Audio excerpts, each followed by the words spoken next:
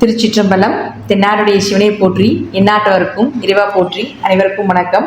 நாம் இன்னைக்கு சனி பகவானுடைய பெயர்ச்சி பலன்களை பற்றி தான் பார்க்க போகிறோம். மார்ச் மாதம் 2025 19ஆம் தேதி இரவு 9:44 சனி பகவான் சனிக்கிழமை உத்திரட்டாதி நட்சத்திர நாட்களில் மீனராசிக்கு பயிற்சியாகிறார். அதாவது கும்பத்திலிருந்து மீனத்துக்கு பயிற்சியாகி வருகிறார். ராகுவோட சேரப்போகிறார். சனி பகவான் 2.5 வருஷத்துக்கு ஒரு தடவை மாறுவார். ஒரு சிலருக்கு திருக்கணிதம் நல்லா பேசுது, ஒரு சிலருக்கு வாக்கியம் அருமையாக பேசுது. இது திருக்கணித முறைப்படி மாறக்கூடிய சனி பகவானுடைய பயிற்சி. இப்போ சனி பகவான் 6 ராசியை பிடிக்கிறார். எந்தெந்த 6 ராசி பிடிக்கிறார்னு பாருங்க. மேஷம், சிம்மம், கன்னி, தனுசு, கும்பம், மீனத்தை பிடிக்கிறார். விடக்கூடிய ராசிகள் ரிஷபம், மிதுனம், கடகம், துலாம், விருச்சகம், மகரம். இந்த 6 ராசியை விடுவிக்க போகிறார். இது எல்லாத்துக்குமே பொருந்தும். இந்த 6 ராசிக்காரர்களுக்கு மட்டும் பொருந்தாது. உங்க ஜாதகத்துல ஜாதக கட்டத்தை எடுத்து வச்சுக்கோங்க. எடுத்து வச்சுட்டு இந்த நான் ஸ்டார் போட்டிருக்கக்கூடிய 6 கட்டங்கள்ல எந்த கிரகம் இருக்குதுன்னு நோட் பண்ணி வச்சுக்கோங்க. அது இந்த பிறவியில உங்களுக்கு என்ன கொடுக்க வந்திருக்கிறதோ, என்ன கொடுக்க வேண்டாம் அப்படின்னு இந்த பிறவியில இருக்கோ, அது எல்லாமே சனி பகவானுக்குள்ள லாக் ஆக போகிறார். அப்போ ஒரு கல் இருக்குன்னா அந்த கல்லை உளிய வச்சு உடைச்சு அதற்கப்புறம் தான் சிலையாக்கி நம்ம வழிபடுறோம். அதே போலதான் இந்த 6 ராசிக்குள்ள இருக்கக்கூடிய கட்டத்தில் இருக்கக்கூடிய கிரகத்தை, அந்த அழுக்கை சனி பகவான் வெளியேற்றி நமக்கு நல்லது கொடுக்க போறார். சனி பகவான் கெடுத்து கொடுக்கக்கூடியவர் அப்படிங்கிற உண்மை உண்டு. கெடுத்துதான் மறுபடியும் கொடுப்பார். எல்லாத்தையுமே நல்லது கெட்டது எல்லாமே அந்த மாதிரி தான் கொண்டு போவார். அப்போ அவர் கொடுக்கக்கூடியது நம்மளுடைய வாழ்க்கையில நிரந்தரமாக இருக்கும். சொத்துக்களாக இருந்தாலும் சரி, சொந்த பந்தங்களாக இருந்தாலும் சரி, எந்த விஷயமாக இருந்தாலும், உயிர் உள்ளது உயிரற்றது எதை கொடுத்தாலும் கெடுத்து கொடுப்பார். அது நிரந்தரமாக இருக்கும். சனி கொடுக்க யார் தடுப்பார்? அதே போல சனி கெடுக்க யார் கொடுப்பார் அப்படிங்கிறது இந்த வசனம் கண்டிப்பாக பொருந்தும் அப்படிங்கிறத நான் நம்புறேன். இப்போ ஒவ்வொரு ராசிக்கும் சனி பகவான் என்ன பண்ண போறார் அப்படிங்கிறத நம்ம முழுமையா பார்க்கலாம். அந்த கட்டத்துக்குள்ள இருக்கக்கூடிய கிரகங்களையே நான் உங்களுக்கு தனிப்பட்ட முறையில உங்க ஜாதகத்தை வச்சு அனலைஸ் பண்ணும் பொழுது தெளிவாக புரியும். அதையும் நீங்க பார்த்துக்கோங்க. மேஷ ராசிக்குண்டான சனி பயிற்சி. சனி பகவான் 12ஆம் வீட்டுக்கு வரப்போகிறார். அங்க ராகு இருக்கு. பொதுவா சனி பகவான் 10 மற்றும் 11ஆம் அதிபதி, தொழில் மற்றும் லாபத்தை கொடுக்கக்கூடியவர். விரயஸ்தானம்னு சொல்லக்கூடிய 12ஆம் இடத்துக்கு வர்றார். அப்போ தொழில், லாபம் இதெல்லாமே விரயத்தில் போகக்கூடிய ஒரு அமைப்பை கொடுப்பார். கொஞ்சம் கவனமா இருந்துக்கோங்க. 30 வயதுக்குள்ள இருந்தால் அது முதல் சுற்றுன்னு சொல்லுவோம். இந்த முதல் சுற்றாக இருக்கக்கூடியவர்கள் பெரிய இன்வெஸ்ட்மெண்ட் பண்ணாதீங்க.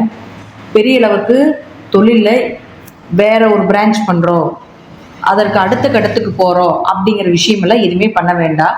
என்ன இருக்கோ அதை வச்சு செஞ்சுக்கோங்க. அதுதான் உண்மையானது. பெருசா நீங்க இன்வெஸ்ட்மெண்ட் பண்ற மாதிரி இருந்தா, ஏன்னா அங்க ராகுங்கிற கிரகமும் இருக்கு. அப்படியே இந்த சனி ராகு சேர்க்கைங்கிறது அப்படியே நம்ம வாழ்க்கையை திருப்பி போடக்கூடிய கிரகம். அதனால கொஞ்சம் கவனமாக இருந்து செயல்படுத்த வேண்டும் அப்படிங்கிறது மேஷ ராசிக்கு முதல்ல சனி பகவானுடைய தன்மை. அடுத்தது பாருங்க, சனி பகவான் உங்களுடைய ராசிக்கு, அதாவது ராசியிலிருந்து 12ஆம் வீட்டில் இருக்கும் பொழுது வெளியூர் பயணம், வெளிநாடு பயணங்கள், ஆன்மீக சுற்றுலா, கொஞ்சம் மருத்துவ செலவுகள், கணவன் மனைவிகளை கொஞ்சம் கருத்து வேறுபாடுகள், அதே போல ஏதாவது ஒரு ஆரோக்கிய குறைபாடுகள், நோய் நொடிகள் இதெல்லாமே கண்டிப்பாக வரும். நீங்க செல்லக்கூடிய மருத்துவர் ஒரு முறைக்கு பல முறை யோசிச்சு செல்லுங்க. ஏன்னா அதுவும் கூட உங்களுக்கு ஏமாற்றத்தை கொடுக்கக்கூடிய அமைப்பை கொடுக்கும். ஸோ அதனால் அதையும் கொஞ்சம் நீங்க யோசிச்சுக்கோங்க. இப்போ இந்த 6 ராசி கட்டம் ஸ்டார் போட்டிருக்கோம் இல்லைங்களா? இந்த 6 ராசி கட்டங்கள்ல எந்தெந்த கிரகம் இருந்தால் உங்களுக்கு என்ன பலன்களை கொடுக்கும் அப்படிங்கிறத பார்க்கலாம். இப்போ மேஷ ராசிக்கு பார்த்துட்டீங்கன்னா செவ்வாய் அப்படின்னு சொல்லக்கூடியவர் இந்த 6 ராசி கட்டத்துக்குள்ள இருக்கிறார். அப்படின்னா உங்க மனம் தெளிவில்லாமல் இருக்கும். ஒரு இடத்துக்கு போறீங்க அப்படின்னா கொஞ்சம் பெயர் புகழ் மதிப்பு கொஞ்சம் குறையிறதுக்கு வாய்ப்புகள் உண்டு. நிம்மதியான தூக்கம் கிடையாது. அதே போல ஆசனவாய், இடுப்புக்கு கீழே இருக்கக்கூடிய பகுதிகள், அடிவயிற்று பகுதிகள், இதில் எல்லாமே நோய் வர்றதுக்குண்டான வாய்ப்புகளை ஏற்படுத்தி கொடுப்பார். அடுத்து ஏதாவது ஒரு வம்பு வழக்குகள், தேவையில்லாத பிரச்சனைகளும் ஏற்படுத்தி கொடுப்பார். திடீர் பண விரயம், ஏன்னா அவர் 8ஆம் அதிபதி வேற உங்களுக்கு செவ்வாய். அப்போ திடீர் பண நஷ்டத்தையும் திடீர் பண வரவையும் இரண்டையுமே கொடுக்கக்கூடிய ஒரு அமைப்பை ஏற்படுத்தி கொடுத்துருவார். அடுத்தது இந்த 6 ராசி கட்டத்துல சுக்கிரன் இருக்காரான்னு பாருங்க. இந்த சுக்கிரன் அப்படின்னு சொல்லக்கூடியவர் யாருன்னு பார்த்துட்டீங்கன்னா உங்களுக்கு 2 மற்றும் 7ஆம் அதிபதி. இந்த 2 அப்படின்னா குடும்பம், வாக்கு, உங்களுடைய செயல் இதெல்லாமே சொல்றது. 7 அப்படிங்கிறது பார்த்துட்டீங்கன்னா உங்களுடைய மனைவி, உங்களுடைய பார்ட்னர், உங்களுடைய கணவர், உங்களுடைய நண்பர்களை சொல்லக்கூடியது.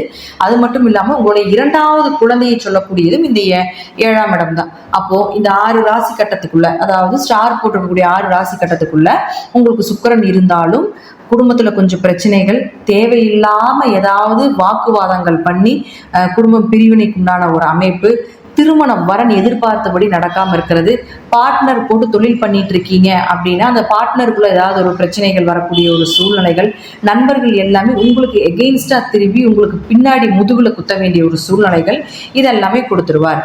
அடுத்தது பாருங்க, பேச்சால பல பிரச்சனைகளை சந்திப்பீங்க. பணத்தை கொடுத்துடாதீங்க, கொடுத்துட்டீங்கன்னா திரும்பி வாங்கறதுக்குண்டான சூழ்நிலைகள் கிடைக்கவே கிடைக்காது அப்படிங்கிறத தெரிஞ்சுக்கோங்க மேஷராசி அன்பர்களே. அடுத்தது பாருங்க, 3 மற்றும் 6ஆம் அதிபதினு சொல்லக்கூடிய புதன் பகவான். இந்த புதன் பாருங்க இந்த 6 ராசி கட்டத்துல இருந்தால் கண்டிப்பாக கடன் வாங்க வைப்பார். இதுல மாற்றமே கிடையாது. கடன் வாங்கி உங்களை அது 4ஆம் அதிபதி தொடர்பு வர்றதுனால கடன் வாங்கி வீடு கட்டலாம், கடன் வாங்கி வண்டி வாங்கலாம், இது எல்லாத்தையுமே கடன்ல தான் கொண்டு போவார். அப்ப அதை வாங்கி கட்ட முடியாத ஒரு அவமானத்தையும் ஏற்படுத்தி கொடுக்கும். ஏன்னா சனி பகவான் உங்களுக்குள்ள இருக்கார், உங்களுக்கு லாக் பண்ணியிருக்காரு அந்த இடத்த. அப்போ இதெல்லாமே என்ன செய்வாருன்னா, சரி ஏதாவது ஒரு அந்த சூழ்நிலையை இவரே தான் ஏற்படுத்தி கொடுப்பார். அந்த சூழ்நிலையை ஏற்படுத்தி கொடுத்து அதில் ஒரு அவமானத்தையும் கொடுக்கறதுக்கு உண்டான வாய்ப்பையும் நிச்சயமாக கொடுப்பார். முயற்சிகள் கொஞ்சம் தடைபடும், கடினமான எஃபர்ட் போட்டுதான் செய்ய வேண்டிய ஒரு சூழ்நிலைகள் வரும்.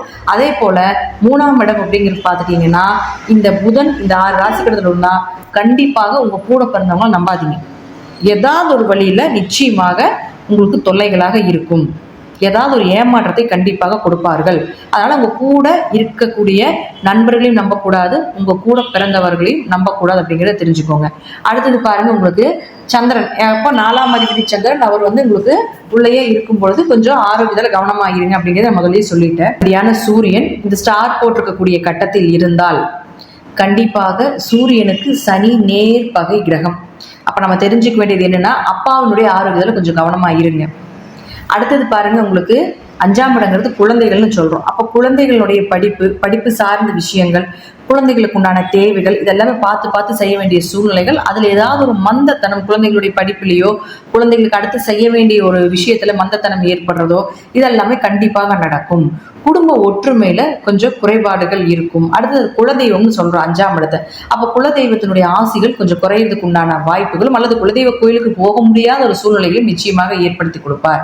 அடுத்து பாருங்க, இந்த புதன் அப்படின்னு சொல்லக்கூடியவர் 6ஆம் அதிபதினு சொல்றோம் இல்லைங்களா, அது இந்த ராசி கட்டத்துல இருந்தாலும் என்ன பண்ணுவாருன்னா, 6ஆம் இடத்துல போட்டி தேர்வு சொல்றோம். அப்போ புதன் இந்த 6 ராசி கட்டத்துல சிக்கிருச்சுன்னா கண்டிப்பாக போட்டி தேர்வு எழுது ஃபெயிலியர் கொடுக்கும். நிறைய அனுபவத்தை கொடுத்து மறுபடியும் எப்படி எழுதலாம்னு சொல்ல வச்சிருவார். ஆனா இருந்தாலும் அதில் ஒரு மனவேதனையும் ஒரு மன கஷ்டங்களையும் நிச்சயமாக ஏற்படுத்தி கொடுப்பார்.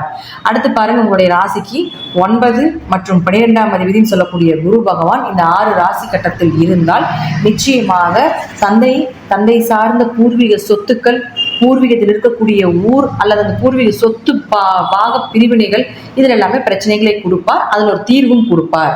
அப்போ பிரச்சனைகள் வந்தால் ஒரு தீர்வு. அப்ப ஏதாவது உங்களுக்கு பூர்வீக சொத்து சம்பந்தப்பட்ட பிரச்சனைகள் வருது அப்படின்னு நினைச்சீங்கன்னா இப்ப தீர்வுக்கு உண்டான வழிகளை நிச்சயமாக கொடுப்பார் அப்படிங்கிறதுல மாற்றம் கிடையாது.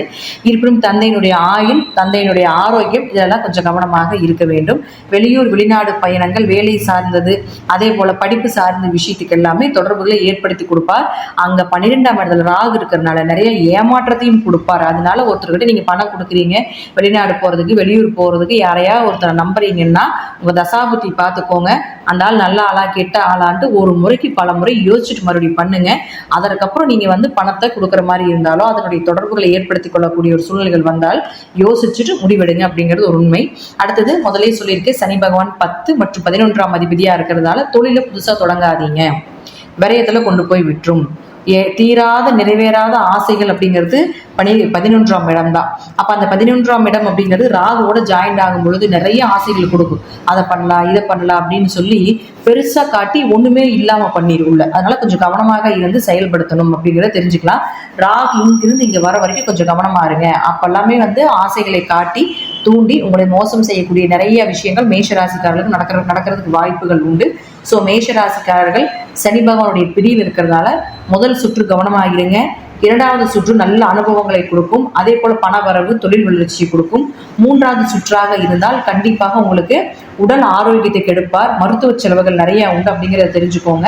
அடுத்தது இந்த சனி பகவான் அப்படின்னு சொல்லக்கூடியவர் இந்த 6 ராசி கட்டத்தை விடுவிக்க இந்த அந்த ஸ்டார் இல்லாத ராசி கட்டங்கள் இருக்கு இல்லைங்களா, அதுல எல்லாமே இந்த கிரகங்கள் நான் சொல்லக்கூடிய கிரகங்கள் இருந்ததுன்னா நான் சொல்லக்கூடிய பாதிப்புகள் நிச்சயமாக உங்களுக்கு குறைவதற்குண்டான அல்லது இல்லாமல் இருக்கிறதுக்கு உண்டான வாய்ப்புகளையும் ஏற்படுத்தி கொடுப்பார்.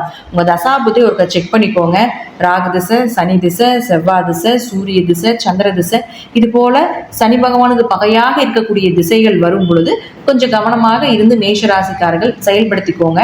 அடுத்தது உளவியல் ரீதியாக நாம் பார்க்கும் பொழுது சினிமா துறையில் இருக்கக்கூடியவர்களுக்கு இந்த மேஷராசி சனி பயிற்சி கொஞ்சம் அனுபவங்களையும் கொஞ்சம் கெட்ட பெயர்களையும் கொஞ்சம் அவமானங்களையும் கொடுத்து மேலே கொண்டு வருவார் அப்படிங்கிறது உண்மை. அடுத்தது பாருங்க, விளையாட்டு துறையில் இருக்கக்கூடியவர்கள் அதே போல உங்களுக்கு உணவு சார்ந்த அல்லது தொழில் சொந்த தொழில் பண்ணிட்டு இருக்கக்கூடியவர்கள் எல்லாத்துக்குமே பார்த்துட்டீங்கன்னா இந்த சனி பயிற்சி அப்படிங்கிறது கொஞ்சம் ஏமாற்றத்தை கொடுக்கக்கூடிய ஒரு பயிற்சியாகவும், கடின உழைப்பை போட்டால் உழைப்புக்குண்டான பாதி ஊதியத்தை நிச்சயமாக கொடுப்பார் அப்படிங்கிறதுல மாற்றம் கிடையாது. ஸ்போர்ட்ஸில் விளையாடக்கூடியவர்கள் சனி ராகு சேர்க்கையாக இருக்கிறதுனால மேக்சிமம் நீங்கள் கொஞ்சம் பார்த்து கவனமாக இருங்க. ஏன்னா சனி ராகு எலும்பு முறியறதுன்னு சொல்லுவோம், எலும்பு கட்டு போடுறதுன்னு நம்ம சொல்லுவோம். ஸோ இதில் இருக்கக்கூடியவர்கள் கவனமாக இருங்க. சொந்தமாக தொழில் பண்ணிட்டு இருக்கக்கூடியவர்களுக்கும் பார்த்தீங்கன்னா பெரிய அளவுக்கு பெருசாக இன்வெஸ்ட்மெண்ட் பண்ணி போட்டாதீங்க அப்படிங்கிறது உண்மை. அடுத்து அரசியல் துறையில் இருக்கக்கூடிய மேஷ ராசி நபர்களுக்கு மக்கள் கூட்டம் கூடினாலும் மக்கள் கூட்டம் கூடாவிட்டாலும் உங்களுக்கு கொஞ்சம் ஒரு கெட்ட பெயர் வர்றதுக்கு உண்டான வாய்ப்புகள் உண்டு. சனி பகவான் தொடர்புகளை கொடுக்கும் பொழுது மக்கள் கூட்டத்தை கூட்டுவார். ஆனால் இருந்தாலும் உங்களுடைய பேச்சுக்கு, உங்களுடைய செயலுக்கு, உங்களுடைய திறமைக்கு உண்டான வாய்ப்புகளை கொஞ்சம் குறைச்சுதான் கொடுப்பார் அப்படிங்கிறதுல மாற்றம் கிடையாது. அடுத்தது பாருங்க, விவசாயம் சார்ந்த துறையில் இருக்கக்கூடியவர்களுக்கு நிச்சயமாக கொஞ்சம் சனி ராகு சேர்ந்து இருக்கிறதுனால பூச்சிக்கொல்லி சம்பந்தப்பட்டது, விஷ வாயுகள் சம்பந்தப்பட்டது, விளைச்சல் போட்டால் விளைச்சல் இல்லாமல் இருக்கிறது, இதெல்லாமே இருக்கிறதுக்கு வாய்ப்புகள் உண்டு. உங்கள் தசாபுத்தி ஒருக்க செக் பண்ணிட்டு விளைச்சல் போடலாமா, என்ன மாதிரி விளைச்சல் போட்டால் நல்லா இருக்கும் அப்படிங்கிறதையும் நீங்கள் தெரிஞ்சுக்கோங்க. உங்கள் அருகில் இருக்கக்கூடிய ஜோதிடரை கூட நீங்கள் கன்சல்ட் பண்ணி பார்த்துட்டு இந்த காலகட்டங்கள் போட்டால் நமக்கு நல்லா இருக்குமா இருக்காதா அப்படிங்கிறது கொஞ்சம் தெரிஞ்சுக்கோங்க. எனக்கு தெரிஞ்சு ராகு இங்கிருந்து கீழே வந்ததுக்கப்புறம் உங்கள் ராசியை பார்ப்பார், அதற்கப்புறம் போடுறது ஒரு சிறப்பான அமைப்பாக இருக்கும் அப்படிங்கிறதையும் நம்ம தெரிஞ்சுக்கலாம். ஸோ இந்த பயிற்சி சனி பகவான் கொஞ்சம் கவனமாக இருந்து நீங்கள் செயல்படுத்திக்கோங்க. சனி பயிற்சி அப்படிங்கிறத நம்ம தெரிஞ்சுக்குவோம். நன்றி. மீண்டும் ஒரு நல்ல பதிவில் சந்திக்கலாம். திருச்சிற்றம்பலம், தில்லையம்பலம், ஸ்ரீ நரசிம்ம திருவிழி சரணம்.